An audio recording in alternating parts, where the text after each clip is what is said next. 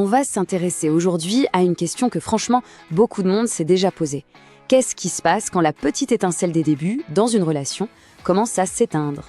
C'est tout le sujet d'un film qui nous plonge dans la différence entre l'amour passionnel et, l'amour qui dure. Et pour commencer, bam, on a cette question de Lola, le personnage principal. Ça pose tout de suite le décor, le conflit émotionnel qui va être au centre de toute l'histoire. Alors, quel est le problème au juste? Lola veut quitter Dio. Ça fait 3 ans qu'ils sont ensemble et de l'extérieur, tout a l'air absolument parfait. Sauf que pour elle, à l'intérieur, quelque chose cloche. Et ce tableau, il résume tout, en fait. Pour Lola, la magie n'est plus là. L'étincelle, les papillons dans le ventre, ce chaos un peu grisant du début, tout ça a été remplacé par une routine, une stabilité qu'elle prend pour de la résignation. Pour elle, le calme, c'est devenu l'ennui. Et c'est là qu'une amie lui pose la question qui va tout changer. C'est le vrai point de départ de la réflexion du film. C'est quoi, au fond, l'amour durable, une fois que les feux d'artifice sont terminés? Ce qui nous amène à la scène clé. Le moment où tout bascule.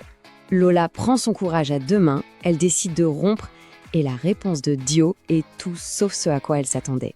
Imaginez la scène, c'est le moment hyper gênant. Lola essaye d'être honnête, elle lui dit que voilà, elle ne ressent plus la même chose.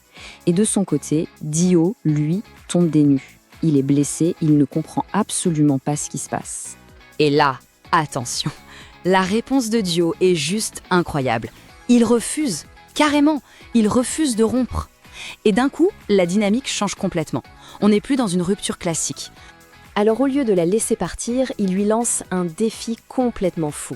Il lui dit « Ok, tu as 1 mois, c'est le temps qu'il nous a fallu pour tomber amoureux. Tu as 1 mois pour faire en sorte que je ne t'aime plus. » En gros, il lui demande de tout faire pour qu'il la déteste. Le jeu est lancé. Alors là, Lola, piquée dans son orgueil, elle relève le gant. Et c'est parti pour l'opération permission de rompre. Elle va tout mettre en œuvre pour gagner sa liberté en devenant la pire version d'elle-même. Et attention, elle n'y va pas au hasard, non. Elle a un vrai plan d'attaque en plusieurs étapes pour devenir absolument insupportable. Le but est simple, le pousser à bout pour qu'il craque et la laisse enfin tranquille. Et croyez-moi, elle se donne à fond. On parle d'arriver avec 1 heure de retard, de mettre son appartement nickel sens dessus-dessous, d'être super collante devant ses potes, bref, elle devient tout le contraire de la personne qu'il aime. Seulement voilà, à force de jouer avec le feu, ce petit jeu va prendre une tournure totalement inattendue. La stratégie de Lola va provoquer une révélation à laquelle elle ne s'attendait pas du tout. Et c'est Dio qui met le doigt dessus avec une lucidité, mais incroyable. Après qu'elle ait saboté une de ses soirées, il lui sort ça. Il a tout compris. Elle ne se bat pas contre lui, elle se bat contre elle-même, contre ses propres sentiments. Et forcément, dans le feu de l'action, au milieu de cette confrontation, ils s'embrassent. Un baiser passionné qui va tout remettre en question pour Lola. Et plus tard, quand elle se confie à son amie, elle lâche tout. Elle avoue que ce baiser, ça lui a fait l'effet d'un électrochoc. Elle réalise qu'en fait, elle n'a jamais cessé de l'aimer. C'était juste la peur et l'orgueil qui la faisaient fuir. C'est l'ironie la plus cruelle de toute l'histoire, en fait. Pile au moment où elle comprend qu'elle veut rester, elle le repousse une dernière fois. Par fierté, par confusion. Et là, il cède. Il lui donne sa permission de partir. Elle a gagné, mais elle a tout perdu. Alors, quelle est la morale de cette histoire? Qu'est-ce qu'on en retient au final? C'est ce qu'on va voir dans cette dernière partie qui s'intéresse au vrai message du film.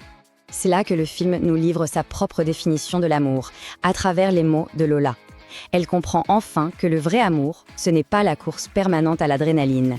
C'est ce sentiment de sécurité, de paix, de savoir qu'on a trouvé son chez-soi.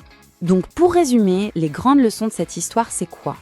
C'est que l'amour évolue, que la connexion, c'est un choix qu'on fait tous les jours, que la stabilité, ce n'est pas un piège, mais un refuge, et que parfois, ça vaut vraiment le coup de se battre pour quelqu'un.